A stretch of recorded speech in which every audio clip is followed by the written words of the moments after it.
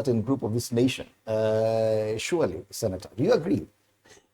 One thing that I must say of my colleague, Senator Mungatana, you know, Senator Mungatana has not been himself lately. Because he is defending things that are indefensible. Why do I say this? If you have listened to his argument, he has been very crafty. He just wants to talk about the situations where the president talked about evil spirits. And when the president has called people stupid, he wants to say, he wants to like assume it's only when he was in Isiolo where he was provoked. But I want to remind Senator Mungatana, the president has said very many times that anybody that opposes vaccination of animals is stupid without any provocation at all. You know, the president has called people, has been very unkind to people and say they are stupid because they have never set their foot at the airport. And that's why they are opposing the Adani deal. You remember that time? He has called people stupid so many times. Senator Mungatana does not want to, address the other situations where without any provocation, the president has called the people of Kenya stupid. Look at the other day, he was saying that he has a PhD. Needless to say that somebody countered and said that actually he knows that his thesis was written by somebody. And so, of course, whether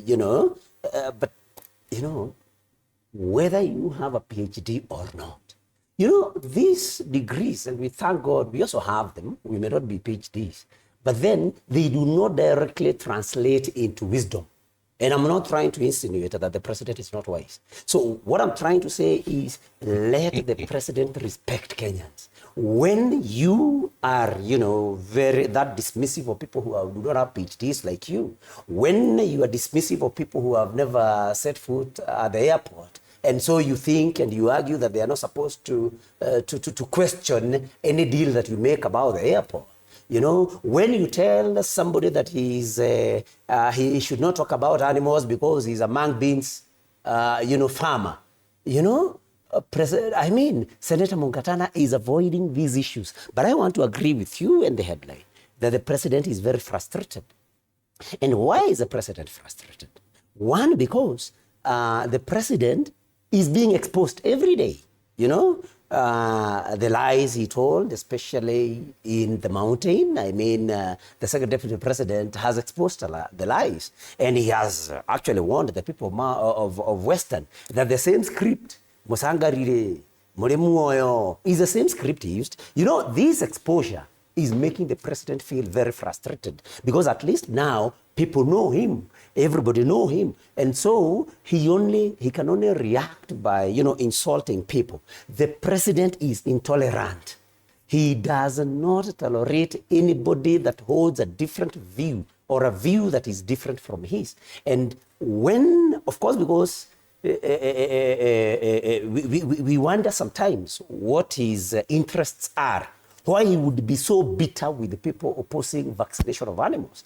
And the people are just asking, it's good to vaccinate animals, but have we given Kenyans, enough and good health care before we go to animals? And talk to pastoralists, Fred. They'll tell you they know how to vaccinate the animals. The government doesn't have to do it for them. Kenyans are just questioning, why don't we care? Why don't we give a good health care to humans before we go to animals? The president, and sometimes you wonder then what his interest is. So that when you hear people saying that there is some interest in the billions that will go to that, then you are persuaded to start believing there is an interest because you see the president so angry about this. So when you look at Farah Maalim's insult to women in Kenya, and especially mothers, in the presence of the president, and that was in Wasinigishu, in the president's home county. What provocation was there? And the president never, even today, he has never ever, disassociated himself from the insult by Farah Maalim. So it's not about provocation. Has the president contributed to this? Has he put himself too much out there? Is it too visible and too available to Kenyans that